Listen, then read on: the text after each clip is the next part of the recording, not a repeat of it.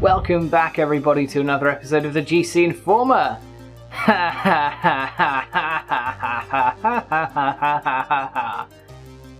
See if you can guess what this is about. Before I get on to the funny thing, couple of little free games that I'm gonna just put out there. If you own a Twitch Prime, so basically an Amazon Prime account linked to a Twitch account, then you will be able to get the original Devil May Cry PC version. I think it'll be on Steam for free from the 17th of February, which is a lovely thing. And also, Dead Space, the original Dead Space, is currently free on Origin. Because, yay, everyone likes free games. And another little thing, just a little thing, gonna go through a couple of little tiny things, then go on to the funny thing. Poundland, the budget pound shop in the UK, is now selling old video games for between £2 and £5. I know, pound shop selling things for more than a pound. Hate that, they've been doing it for a while anyway. But yeah, they have sourced a load of games for the Xbox One, PS4, PS3 and Xbox 360 with a view to getting Wii U games in the future. And they're selling them in Poundland. So if you want cheap games, that's probably a good place to go get some. They're sourcing them from Music Magpie, for those of you who don't know. That's a little site where you can sell loads of old tech and games and media and whatever else. And they're sourcing them from there, selling them in Poundland. Fuck it, I might go in and have a look. That'll be interesting. Now for the funny thing. So, EA!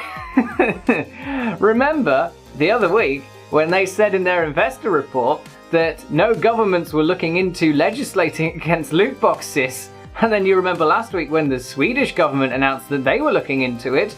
Well, guess what? The Hawaiian state government have put forward 4 separate bills in 2 sections, so 2 bits of legislation aimed at reducing and regulating loot boxes in video games. Ha ha ha ha!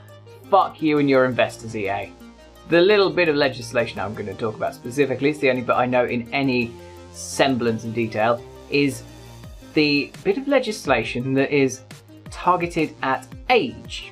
They're targeting it so that a person who is under the age of 21 will be unable to access these loot box systems because they are a form of pseudo gambling, and the Hawaiian state government wants them treated as a sort of gambling because there is monetary involvement in it.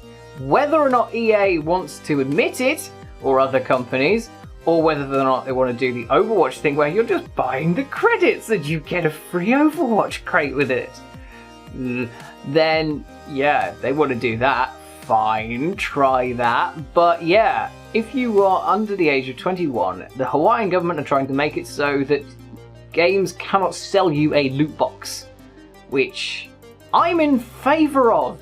Can you tell? There are, of course, ways that loot boxes and in-game monetization can be done semi-right. In fact, I'm going to recommend the latest Gymquisition because that is just a wonderful piece regarding monetization.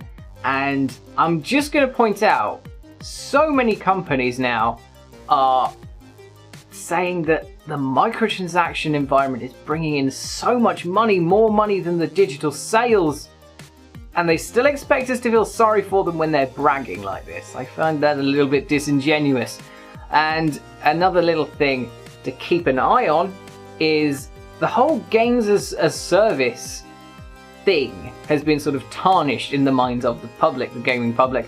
So the new buzzword that is running around very, very rapidly actually. It was started by, I think, Ubisoft or EA and is now moving around very quickly, is live services. And yeah, that's basically the same thing as games as a service. But it's just a little another buzzword just to keep you... Ugh. God, I hate PR spin. I really hate it. There we go, a little unfocused news ramble about free games, used games, loot boxes, and weird buzzwords. That's that. I don't know what this episode was. Another little GameCast based update though.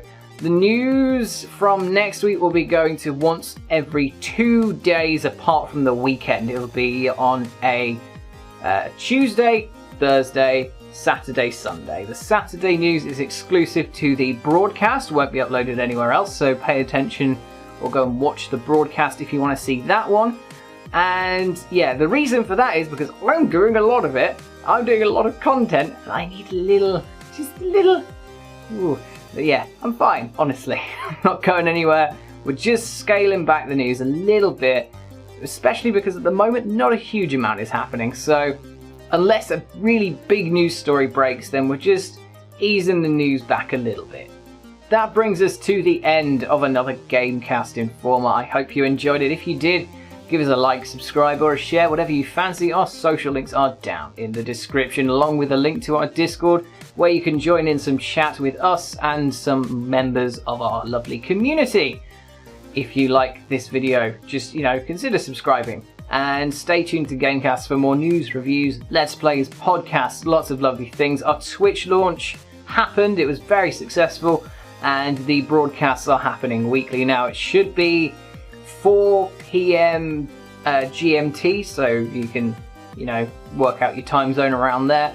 They last for about 2.5 hours on a Saturday. That was how long the first one was. Might be a bit longer for the next one, we'll see. But yeah, it was a good time, and I'm hoping for more of those good times in the future. Thank you very much for watching, and I will see you soon for more news.